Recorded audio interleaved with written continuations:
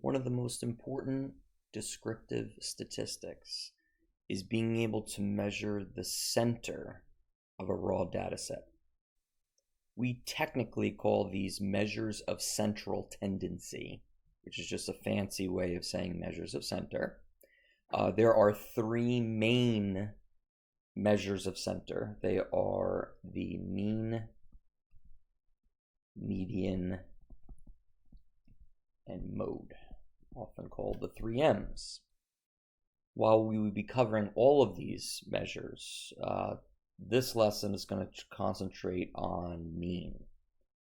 Now note that you already know what the mean is. It's actually another term for the word average.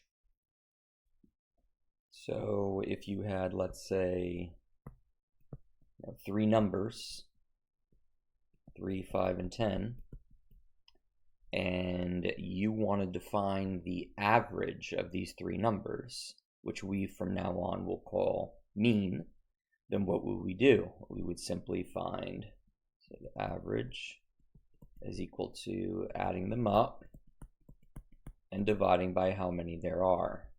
If we do so, we're going to get 18 over 3, which is 6. So therefore 6 would be the average of 3, 5, and 10. The goal, though, of course, is to incorporate this more into the world of statistics. So remember, from what you've already learned so far, that the goal is always in statistics is to take some sample statistic actually, and use it to make a judgment about a population parameter. So to just clear that up a little bit, the goal would be we need a sample mean, which is a sample statistic, and we're going to need to make a judgment about the population mean, which is the population parameter. So just by listening to that, hopefully you realize that we're going to need 2 different means: sample and population. Okay, so let's investigate a little bit here. We're going to start with our sample mean. Okay, if you look in your packet that I gave you with all the formulas that you'll be using on exams, the very first formula, yes, we're finally there, the very first formula is the formula for sample mean. It looks like this.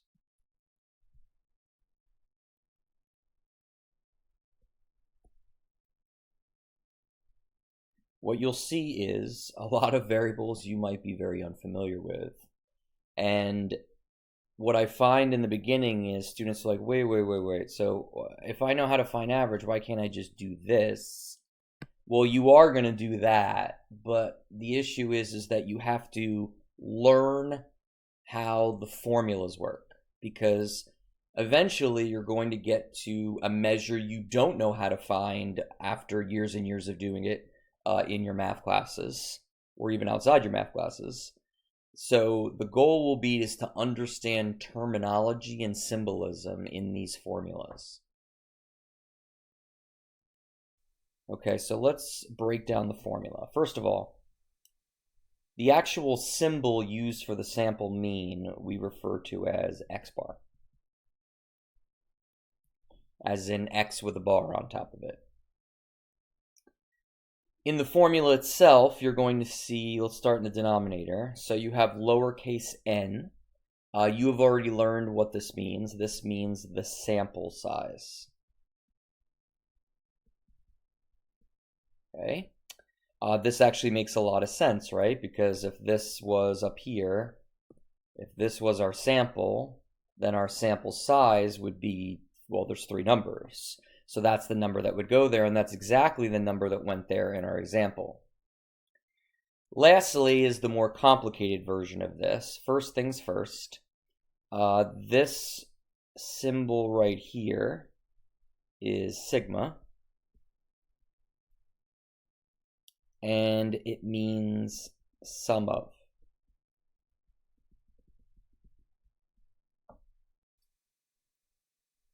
While this guy right here which we call xi,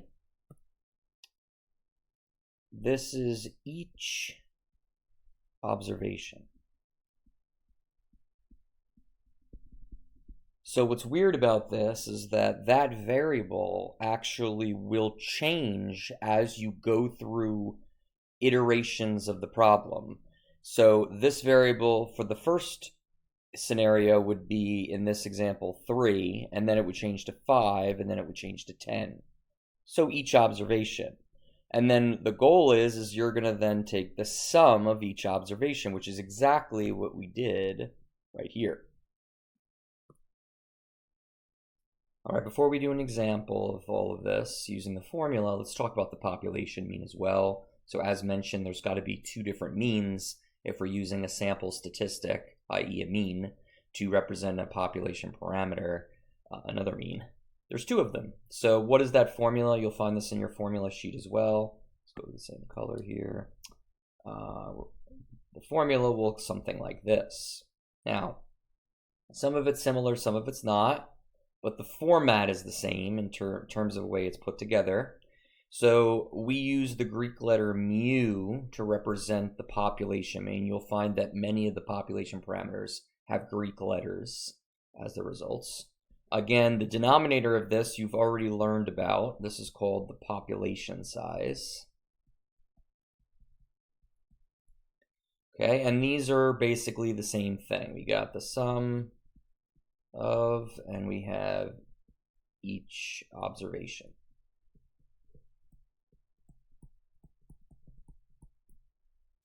And if you look really closely at the two formulas, clearly we're not doing anything different per se. We're still going to be adding up all the observations and dividing by how many there are. It's just one of them is going to be a sample, whereas the other is going to be the population. All right, let's look at an example. Suppose we have a company. There are 8 people that they consider the most important people at that company. We have a table right here of raw data for the ages of those 8 people. Okay, also suppose that a random sample of 5 of these very important people at the company were taken. So the 30-year-old, one of the 32-year-olds, one of the 38-year-olds, the 40 and the 50, they end up being selected into a sample. Therefore, our sample size is 5. Okay, suppose we are tasked with finding the population and the sample mean. Okay, so clearly we have the population data on the top here, right? And then we have the sample data down here. So all we have to do is use our formulas that we've learned in order to calculate these. Now, again, I know that you guys can find the average of something very quickly, but let's use the formulas to make sure you get very comfortable with them. We're going to start with the population and the population mean. So the population mean formula is going to be mu is equal to the sum of the xi's over capital N, the population size. So what does that mean for us? Well, there are basically 8 data points. So we need to take all of those data points and we have to sum them all up. So here we go. Add them all together. Remember, when calculating mean, we want to make sure we're not leaving anything out just because it's a repeated value. We still need it because it's going to mean something to us. Okay, so if you count those out, there are all 8 of them. And we have to divide by how many there are in a sample. If we add up all of these numbers, we're going to get 296. We divide by 8, and we're going to get 37 as the population mean, in other words, the average of the ages in the population. For the sample mean, the formula is x bar is equal to the sum of xi over smaller n. This time, we're going to have only 5 observations, and they are the 30, 32, 38, 40, and 50 that were selected for our sample. We, of course, add them all up. We're going to get 190. We're going to divide by 5, and we're going to get 38 as the average age of the sample. as you can see, the answers to these are different, and that's why we need two variables. Now, does it mean they have to be different? No, but ordinarily you are going to see a difference when you're taking the sample mean as opposed to the population mean. So the key always with this is understanding you need two variables, and they could be different. Now, we're most likely, this number here, because it's the population size, is taken as basically the truth of the matter, the true average, whereas X bar, because it's only 5 of the members, is going to have a little bit of error associated with it in terms of the sampling, because it's not everybody. So in the world of statistics, we're ordinarily going to be using this number to estimate that number. Okay, so lastly, there are going to be some problems in this section that are going to be just algebraic type applications of mean. So I wanted to cover one with you guys just to make sure that all is good in that scenario. So yes, the dreaded algebra. This example at the bottom says, suppose that a sample data set consists of 5 numbers whose mean is 18. If another currently unknown number x is added to the data set to make a total of 6 numbers, and the new mean of those numbers is 16, what is the number x that was added? Okay, so there is some strategy involved with a problem like this, because the reality is they give you 2 different scenarios.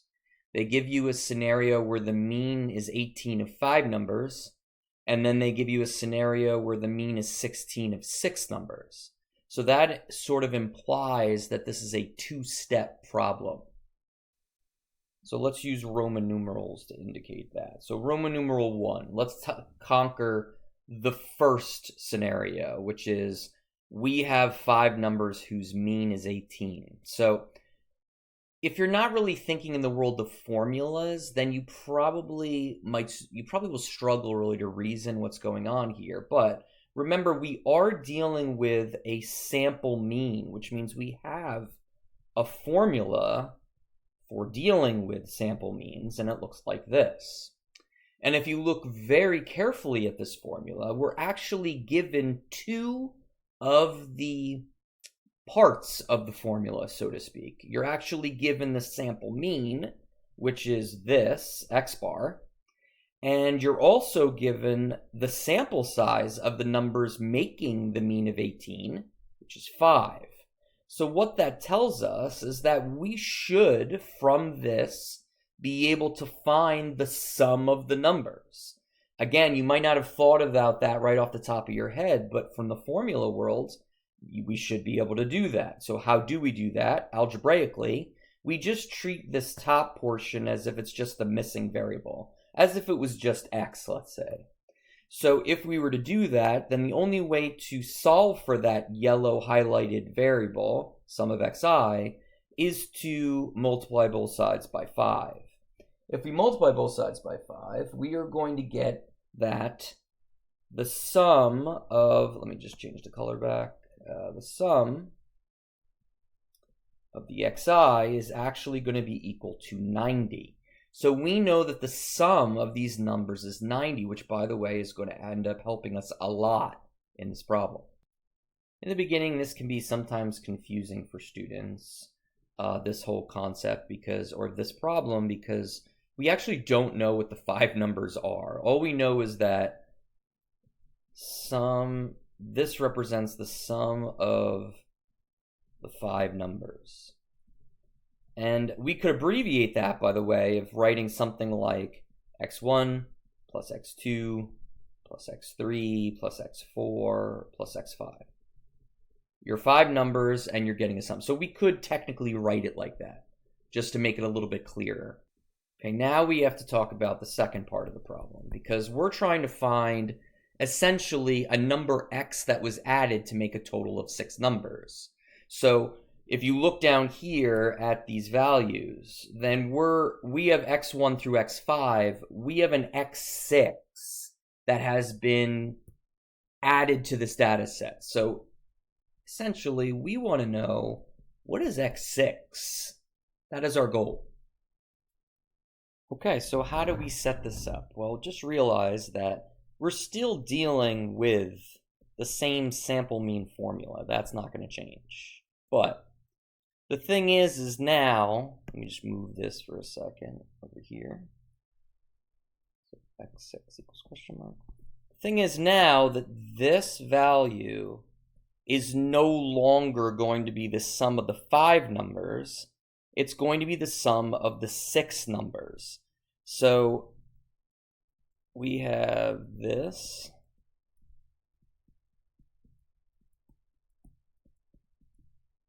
as the new results. Why? Because the new mean is going to be 16 according to our problem right here. And we have 6 numbers that we're dealing with now. So note, this is different than what we're dealing with over here, where we had 5 numbers whose mean is 18. Now we have 6 numbers whose mean is 16. Again, though, remember that the sum of the xi, which was here, was equivalent to this for this problem. Now it's equivalent to this for this problem. So we're going to go over here and go, wait a second, don't we already know the sum of the first 5 numbers? We do. So for these guys, we know that the sum is 90. But we're looking for that last value. They call it x in this problem, which you could call it, but let's be very specific and call it, we want the 6th number. It doesn't change the math, but that's what we're going to get, or need. Okay, the only thing left is to just do a little algebra. So again, just like last time, we're going to have to multiply both sides by 6. This will give us 96 is equal to 90 plus our missing 6th x value. If we subtract both 90 from both sides, we're going to get 6. Therefore, in the end, we know that the missing x value that was added to the data set that took the mean from 18 down to 16 was the number 6.